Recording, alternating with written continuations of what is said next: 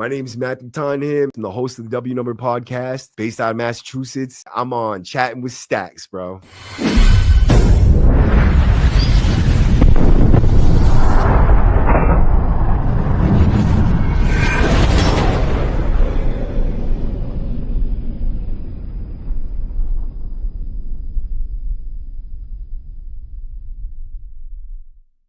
Welcome to this episode of Chatting with Stacks. I'm your host, Bill Stacks, and today I got Matty from the W Number podcast. I come across Aaron when I was on my second bid in 2000 and I want to say 15. I think. Yeah, it's like 2015 or 16 or something like that. But yeah, I met him the first time when he first came up there. I wasn't on the block with him. He was down in M1 with one of my brothers, his kid. His name's Jason Nobles, Boo Boo. He's in the feds now. I made videos about him on my channel, and about AA. But I met him the first time. It was in Michael 1 when he first came into the orientation unit, and he had already been friends with my friend for a little while, and I had approached him. I gave him a couple of squares of K2 and some tea and some paper to roll it up and a lighter and all that shit. And he had just come out of the hole for a fight that him and my friend were involved in. So like he was already like, he knew who white dudes were, who guys were. You know what I mean? Like if you were a boyo, Aaron kind of, he would fuck with you because of Boo Boo and how close him and Boo Boo were. Oh, so he was involved with people, but you knew that he was coming to the prison before he even got there, right? Oh yeah, yep. When I was in Walpole, when they changed Walpole to classification, so on my second bid, classification was actually Walpole and not a maximum security anymore.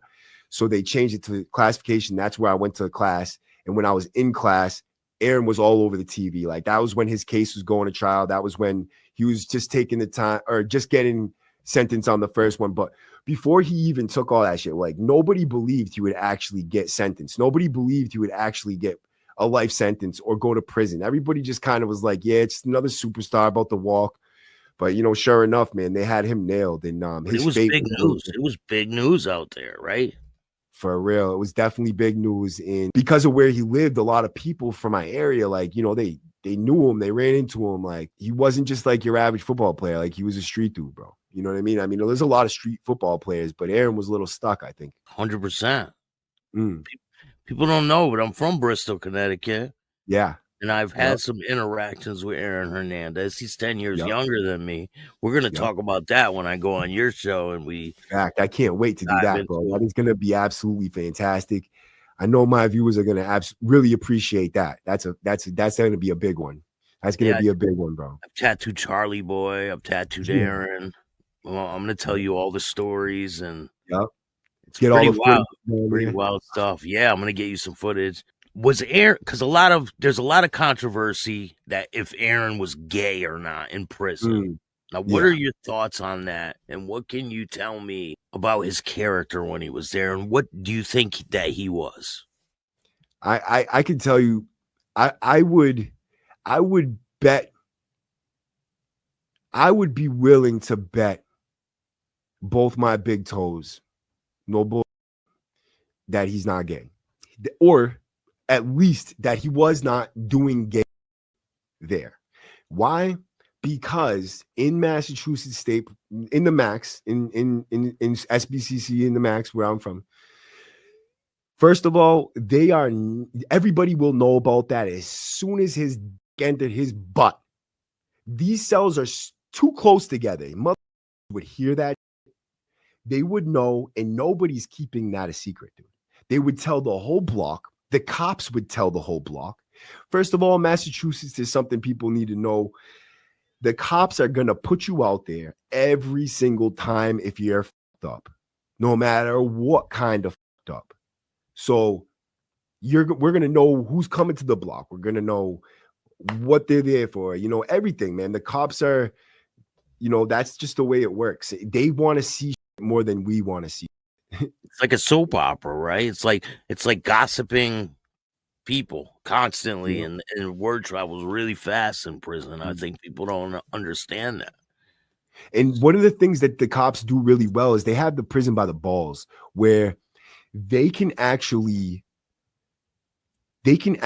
fucking promote this type of violence by restricting us for not doing what they want. You know what I mean? Like, if we're not taking out the skinners and taking out the people that are telling on them for not letting people off a wreck or whatever the stupid situation is, then they're going to refuse to give us extra rec. They're going to refuse to give us those extra trays. They're going to refuse to do these certain things that make it more comfortable for us. So yeah, they set the tone sometimes.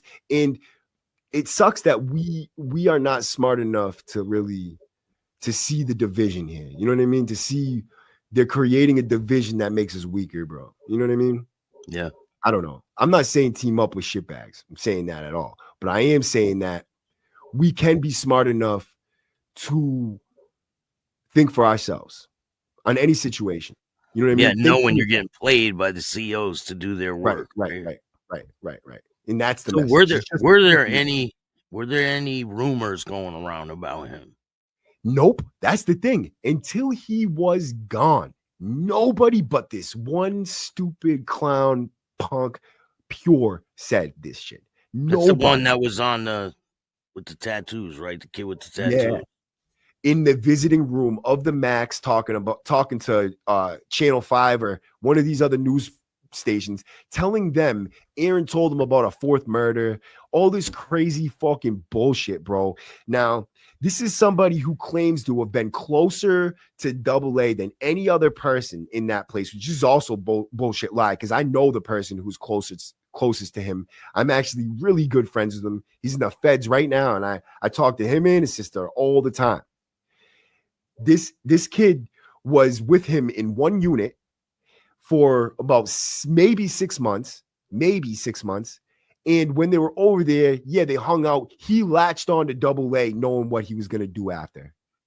He said and did whatever he had to make AA, you know, to be seen and perceived as close to him, so that when he didn't see this all happening. I think he was going to try to, use this situation for some other thing. But when this happened, when he passed away and he did kill himself, it gave him the opportunity to do what this slime ball does. Now, this is a kid who was definitely fucking dudes in the butt.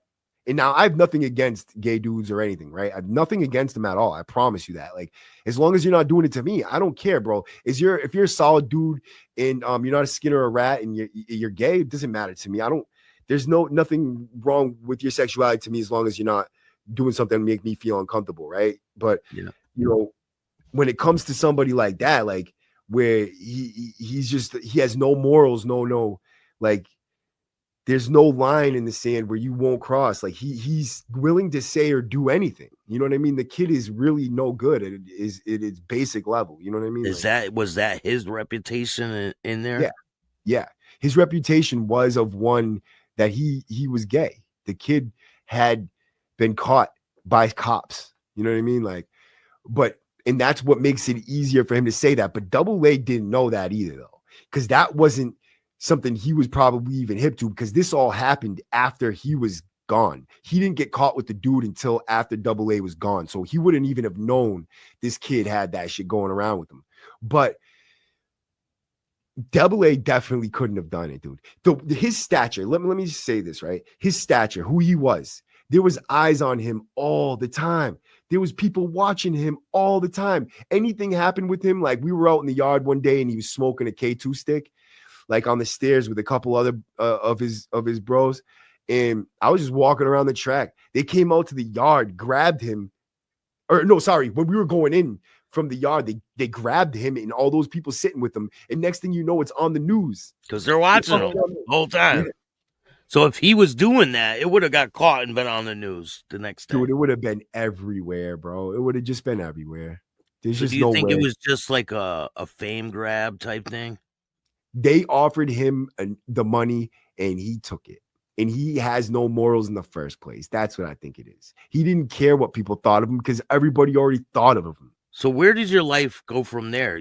We're going to talk more about you hanging out with Aaron Hernandez and Go ahead. We got to get into it on a part 2 because my studio in the green is over right now. I have to move over to my interview tonight. Definitely. I'll bring you back on again for a part 2, and we'll get more in depth with it. And I look forward to going up there and giving you a good story, man. I appreciate you. And next, you want to finish this up? I'll finish it up with you anytime. I'm in the studio all the time. We can do whenever. Yeah, definitely. We'll talk soon. All right. All right, bro. If you like this show, hit the like button, subscribe, hit the notification bell so you can get my videos every time they drop. And if you don't like this show, too bad. Start your own podcast. Peace.